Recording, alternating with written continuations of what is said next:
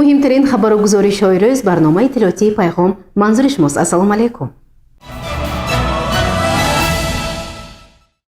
дар асоси нақшаи чорабиниҳои мақомоти иҷроияи маҳаллии ҳокимияти давлатии шаҳри Панҷакент дар ҷамоатҳои деҳот бо зидди кори раиси шаҳри Панҷакент Абдухолиқ Холиқзода дар ҷамоатҳои деҳоти Чинор ва Хурмӣ идома ёфт. бо зидди навбатии раиси шаҳри Панҷакент Абдухолиқ Холиқзода дар ҷамоати деҳоти Чинор аз шиносоӣ бо фаъолияти соҳибкорон, корҳои ободониву созандагӣ, шинондани дарахтону гулбуттаҳо дар ду тарафи шоҳроҳи асосие ки ба самти ҷумҳурии Ӯзбекистон пайваст мешавад оғоз ёфт. раиси шаҳр ба роҳбарияти ҷамоати деҳоти Чинор ва дигар соҳибкорон дастур дод ки бояд ду тарафи ин шоҳроҳ ҳамеша ободу зебо ва хурраму пироста бошад. дар деҳаи Нуристон раиси шаҳр Абдухолиқ Холиқзода ба ташаббуси сокинони ин деҳа ки бо кандани чоҳи амудӣ 70 хонаводаро бо оби нӯшокӣ таъмин намуда, ҳамзамон бо насби як трансформатор ва таъмини деҳаи навбунёти Чинор бо нерӯи барқ баҳои баланд дод ва изҳор дошт ки бояд сокинони ҳар деҳа барои ободониву созандагӣ саҳми хешро гузоранд ва дар ин раванд ба роҳбарияти шабакаҳои барқи шаҳри Панҷакент дастур дода шуд ки онҳо бояд барои таъмини муназзами барқ ба ҷамоати деҳоти Чинор ва дигар минтақаҳо тадбирҳои мушаххас андешанд. дар ҷараёни шиносоӣ бо рушди иқтисодӣ ва иҷтимоии ҷамоати деҳоти Чинор раиси шаҳр бо фаъолияти корхонаҳои саноатии ин ҷамоат низ шинос гардид. аз ҷумла зимни суҳбат ба роҳбарияти ҷамъияти саҳомии пӯшидаи мармари зарафшон дастур дода шуд ки онҳо бояд истеҳсоли маҳсулотро афзун намуда, ҳамзамон талаботи бинокорони шаҳру деҳоти Панҷакент ва дигар минтақаҳои Тоҷикистонро бо мармари хушсифат таъмин намоянд ва ҳамзамон барои ободу зебо сохтани даромадгоҳ ва атрофи корхона бо шинондани дарахтони ҳамешасабз, гулбуттаҳо тадбирҳои мушаххас андешанд. раиси шаҳр дар ҷараёни боздид аз ҷамоати деҳоти Чинор бо фаъолияти заводи асфалтбарорӣ ин мавзеъ шинос гардид. ба раиси шаҳр иттилоъ доданд ки соли равон корхона тасмим гирифтааст ки дар асоси нақшаҳои муайяншуда барои қирпӯш намудани роҳҳои маҳаллӣ саҳми хешро мегузорад. ҳамзамон раиси шаҳр ба истифодаи заминҳои назди корхонаи асфалтбарорӣ таваҷҷӯҳ зоҳир намуд ва изҳор дошт ки бояд роҳбарият ин заминҳоро хеле самаранок истифода баранд. дар ҷараёни боздид аз ҷамоати деҳоти Чинор раиси шаҳр бо фаъолияти пойгоҳҳои обкашии Нилуфар 1, Нилуфар 2 шинос гардида, ҳамзамон аз мардум даъват ба амал овард ки барои тоза кардани канали Фарметан яъне тухсанкорист ки тавассути он садҳо гектар майдонҳои кишт дар ҷамоатҳои деҳоти Чинор ва Сарасп обёрӣ мешавад, онҳо низ саҳми арзандаи хешро гузоранд. дар раванди таъмини обҳои полизӣ раиси шаҳр ба масъулини идораи обёрӣ ва беҳдошти замин, ассотсиатсияи истифодабарандагони оби полизӣ дастуру супоришҳои мушаххас дод. дар ҷараёни боздид аз ҷамоати деҳоти Чинор раиси шаҳр бо фаъолияти хоҷагиҳои кишоварзӣ, истифодаи оқилонаи обу замин, бунёди боғҳои нав ва махсусан зиёд намудани кишти картошка ба масъулин дастуру супоришҳо дод ва изҳори умед кард ки ин ҷамоати ба шаҳри Панҷакент хеле наздик метавонад дар таъмини бозори истеъмолӣ бо маҳсулоти кишоварзӣ саҳми арзандаи хешро гузорад.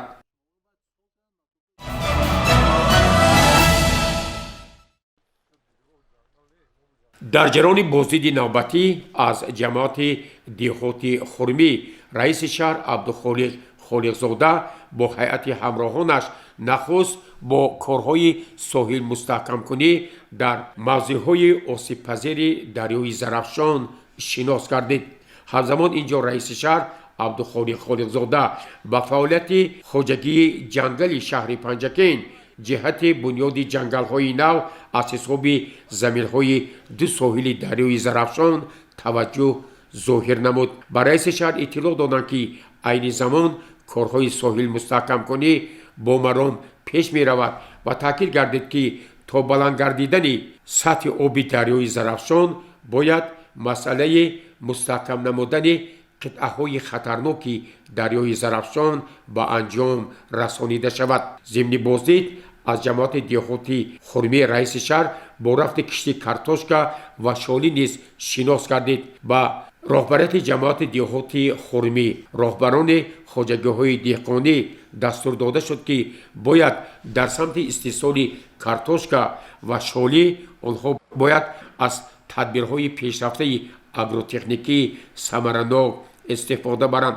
تاکید گردید که سال روان در حدود جماعت دهاتی خرمی در میدان 70 گکتار کشتی کارتوشکا به نقشه گرفته شده است و تا به امروز در اینجا در میدان 30 گکتار کشتی کارتوشکا به آخر رسانیده شده.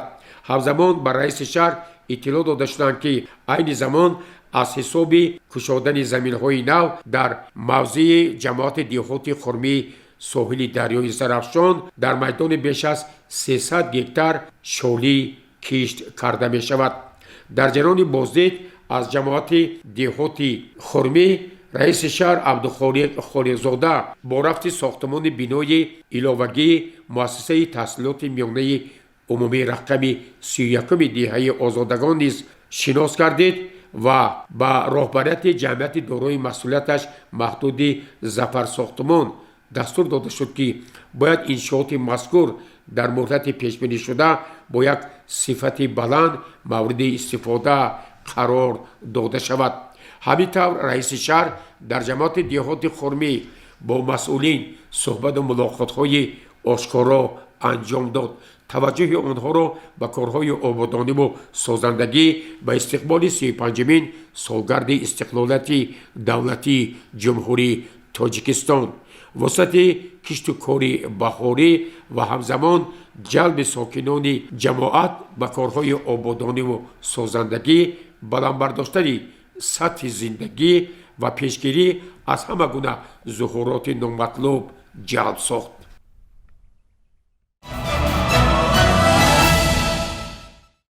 برنامه را ادامه می‌دهیم. در جماعت دهاتی سویجینه ملاقات گروه تبلیغاتی وابسته به موضوعهای داخلی روز برگزار کردید. ادامه این موضوع در گزارش دیگری برنامه. توجه نمایید. ملاقات گروهی ترغیباتی تحت راهبری معاون رئیس شهر پروین نقیبی با ساکنان جماعت دهاتی سویجینه دایر گردید. واخوری در تالار مجلسگاه مؤسسه تحصیلات میانه عمومی رقم 2 به نام حیدرقل رحیموف برگزار شد. در آن معاون رئیس شهر پروین نقیبی، سود شهر پنجکند محیدین زاده بزرگمهر و مدیر شعبه ترغیبات و اطلاعات کمیته اجرایی حزب خلقی دموکراتی تاجیکستان در شهر پنجکند مطربف علیشیر اشتراک داشتند. پروین نقیبی ضمن سخنرانی خود ابراز نمود که در همه دور و زمان اساس پیشرفت جامعه های متمدن رعایت قانون و قاعده های عدالتمندی و انسان محور دانسته می شود.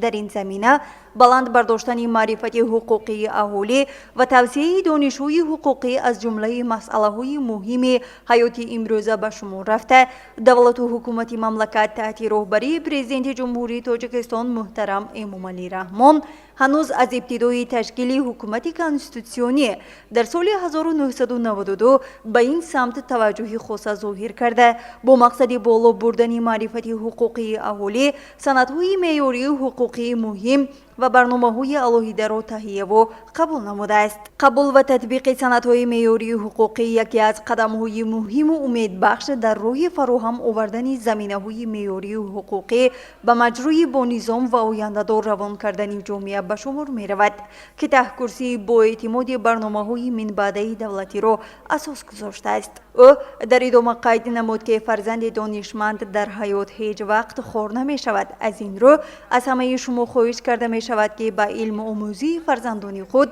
دقت مخصوص داده آنها را در روحیه وطن دوستی و خویشتن شناسی تربیت نماید. اینچنین بزرگ مهر محیدین زاده درباره قانون‌های عمل کننده کشور حرف زده و از اعلان گردیدن سال 2024 همچون سال معرفت حقوقی چنین ابراز عقیده نمود. مقصد از اعلان گردیدن سال معرفت حقوقی بلند برداشتن سطح معرفت حقوقی شهروندان، ترغیب ارزش‌های دموکراتی، مستحکم نمودن انستیتوت حقوقی انسان، مناسبت احترامانه با آن، بلند برداشتن مقام قانون، تربیت شهروندان در روحیه احترام نسبت به آن و تامین نمودن ولایت قانون، تشکل دادن نظامی استواری رفتاری حقوقی، آشتیناپذیری نسبت به همه گونه حقوق ویرانکنی و ناگزیر بودن مسئولیت حقوقی، هماهنگسازی فعالیت تمام سوبئکت‌های ترغیب و تشویق حقوقی، تشکیل نمودن مکانیزم ثمراناک همکاری دولت و نهادهای جامعه شهروندی در سمت معرفت حقوقی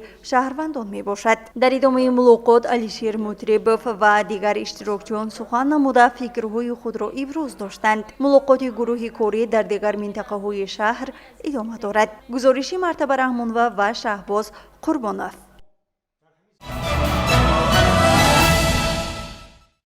ملاقات گروه کاری تحت راهبری پروکورور شهر پنجکن مشاور عدلیه درجه یکم در جماعت‌های دهات ادامه دارد. خبرنگاران ما از جماعت دهات لایق شیرالی گزارش تهیه نموده. متوجه باشید. با ابتکاری اساسگذاری صلح و وحدت ملی پیشوای ملت، پرزیدنت جمهوری تاجیکستان محترم امامعلی رحمون در پیام به مجلس عالی کشور سال 2024 سال معرفت حقوقی اعلان گردید. در این راستا در همه محله ها، شهرک و جماعت های دهات، واخوری ها و چاربینی های دیگر براه مانده شده است. در تالار مجلسگاه جماعت دهاتی لایق شیرالی با مسئولین چنین واخوری دایر گردید. مقامات حفظ حقوق از جمله پروکورور شهر پنجکن یک جای با مقامات اجرایی محلی حاکمیت دولتی شهر، ساختارهای مقامات مأموری شهر با مقصد نظارت بر رفت اجرای قانونهای ملی، فعالیت مؤسسه‌های تعلیمی، خواجگی‌های دهقانی، فهمانیدن خطر گرایش به خرافات و عقاید افراطی گروه‌های کاری سازمان داده. در جماعت‌های دهات کارهای فهماندهی و ترغیباتی را براه مانده، نتیجه‌های سنجش در جمعیت‌ها در دایره وسیع اهالی و شخصان مسئول مورد بررسی قرار می‌گیرد. در واخوری مذکور پروکورور شهر، مشاور عدلیه درجه یکم اسکندر رحمتزاده و معاون رئیس شهر پنجکن خوشوقتزاده ارکین اشتراک داشتند. اسکندر رحمتزاده اوید به نتیجه سنجش گروه کاری از جمله پیشگیری گرایش به عقیده‌های افراطی، خطر عمل‌های تروریستی و اکستریمیستی سخن کرده، نقطه اساسی قانون‌ها درباره تنظیم عنعنه و جشن و مراسم در جمهوری تاجیکستان درباره مسئولیت پدر و مادر در تعلیم و تربیت فرزند را به حاضرین شرح داد. در ادامه باشد سپارش داده شد که توجه والدان و مسئولین مؤسسه‌های تعلیمی برای از بین بردن حادثه‌های درمانی خوانندگان به درس از خود نبودن برنامه‌های تعلیمی جلب کرده شود. از راهبران جماعت دهات و خواجگی‌های دهقانی اجرای سری وقتی نقشه کشتی بهاری طلب کرده شد. گزارش مرتبه رحمان و خیام جورایف و شهباز قربانوف.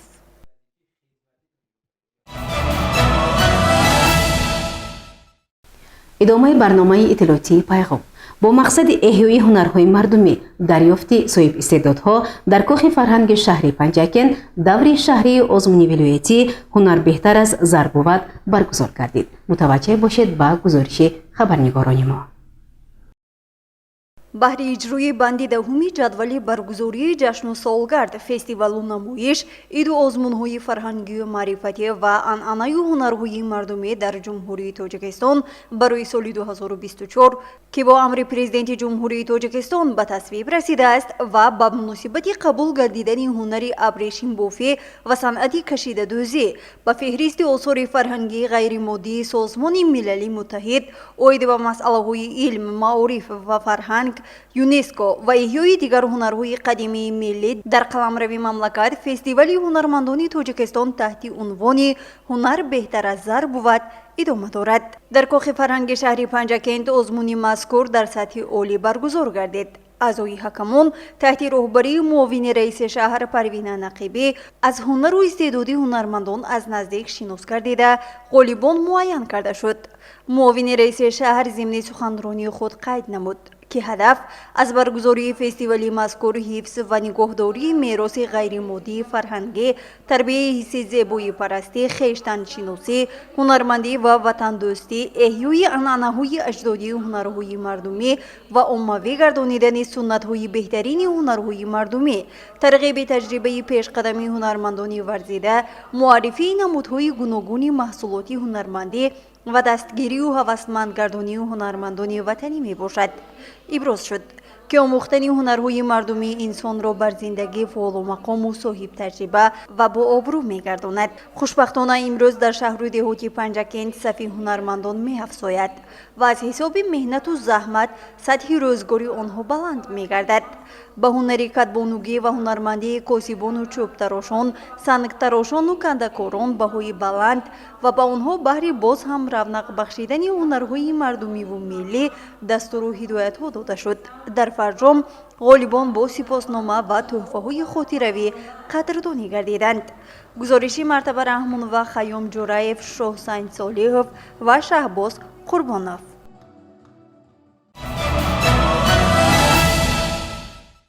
дифои ҳарбӣ яке аз бахшҳои муҳими барномаи таълимӣ ба шумор меравад. дар муассисаи таҳсилоти миёнаи умумии рақами 71 шаҳри Панҷакент даври шаҳрии озмуни вилоятӣ беҳтарин омӯзгори фанни омодагии дифои ҳарбӣ баргузор гардида ғолибон муайян шуданд. бо мақсади бедор намудани ҳисси ватандӯстии ҷавонон, меҳанпарастиву хештаншиносии насли оянда, дар рӯҳии садоқат ба модарватан, халқи худ тарбия намудани онҳо дар муассисаи таҳсилоти миёнаи умумии рақами 71 шаҳри Панҷакент даври шаҳрии озмуни вилоятӣ беҳтарин омӯзгори фанни омодагии дифои ҳарбӣ баргузор гардид. он дар ҳамкорӣ бо комиҷроияи ҳизби халқии демократии Тоҷикистон дар шаҳри Панҷакент, шӯъбаи маориф, ташкилоти ҷамъияти мададгори мудофиа, ташкилоти ҷамъияти ҷанговарони байналмилал ташкил ва баргузор гардид. озмуни мазкур дар ду давр гузаронида шуд. даври якум дар маҳалҳо, яъне дар муассисаҳои таълимӣ байни 14 ҷамоати деҳот ва шаҳр баргузор гардид. дар даври дуюм миёни 7 даста аз ҷумла муассисаҳои таҳсилоти миёнаи умумии рақами 3, 9, 14, 15, 30, 31 ва 71 беҳтарин муайян шуда байни якдигар қувваозмоӣ карданд. вобаста ба мақсади ташкили озмуни мазкур, раиси комиҷроияи ҳизби халқии демократии Тоҷикистон дар шаҳри Панҷакент, узви маҷлиси миллии маҷлиси олии ҷумҳурии Тоҷикистон Мурод Шукрзода чунин ибрози андеша кард. мақсад аз баргузор намудани озмуни вилоятӣ ки имрӯз бахши шаҳрӣ он баргузор гардид, баланд бардоштани ҳисси ватандӯстии ҷавонон, хизмат ба ватан, содиқ будан ба ватан ва инчунин омодагӣ доштан барои ҳимояи ватани азизамон. ва инчунин мо мехостем ки истеъдодҳои навро дарёб кунем ки оянда аз байни шумо мутахассисони хеле хуби соҳаи ҳарбӣ ба воя расанд ва муайян кардани дастаи беҳтарин аз ҳисоби устоди беҳтарини дифои ҳарбӣ. бояд гуфт ки иштирокчиён аз рӯи шартҳои омодагии сафароӣ ба қисмҳои нопурра ҷудо намудан ва ҷобаҷо кардани қисмҳои автомати калашников, ба тирдони автомати калашников ҷой кардан ва холӣ кардани тир, бардоштани тана дар турник, ҳаво додани норинҷак ба дарозӣ, давидан ба масофаи 100 метр, тирпаронӣ аз яроқи пневматикӣ байни худ қувваозмоӣ карданд.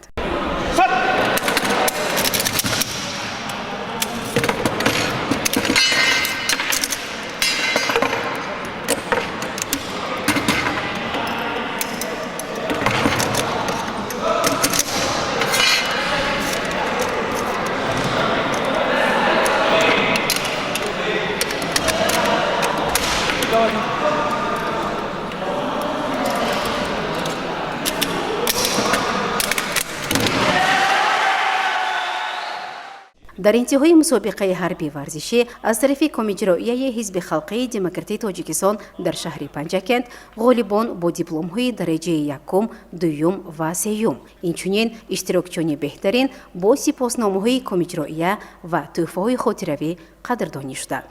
омӯзгори фанни омодагии дифои ҳарбии муассисаи таҳсилоти миёнаи умумии рақами 3 шаҳри Панҷакент ғолиби даври шаҳрии озмун гардида ба даври вилоятӣ роҳ хат гирифт.